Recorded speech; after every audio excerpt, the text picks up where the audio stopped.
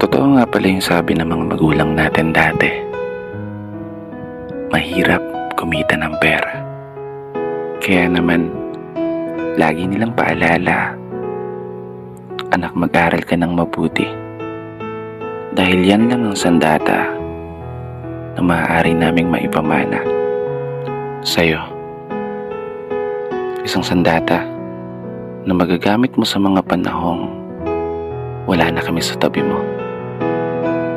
Para gabayan ka o itama yung mga mali na pwede mong maging desisyon, lalo sa sitwasyon na tanging sarili mong lakas ang ituturing mong pundasyon para harapin yung mabibigat ng mga pagsubok at hamon. Tama talaga kayo. Tama lahat ng mga sinabi nyo. Eto na po yun. Ako, laban sa mundo. Ako, para sa pangarap ko. Di ko may tatanggi. Minsan ko na rin hiniling ang mabilis na paglaki. Dahilan para ang inyong mga pamana at paalala ay nagawa kong may santabi. Aminadong nakagawa rin ng mga pagkakamali.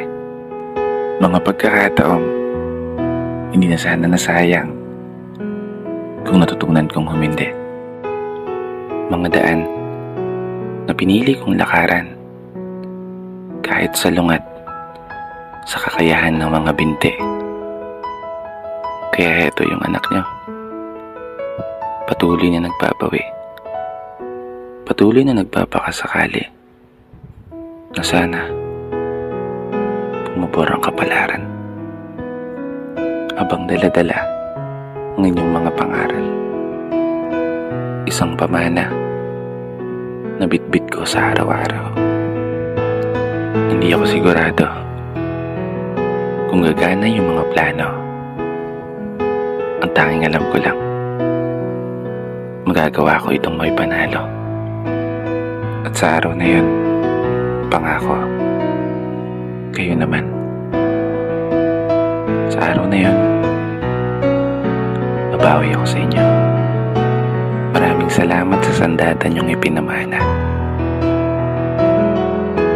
Dito na nagtatapos.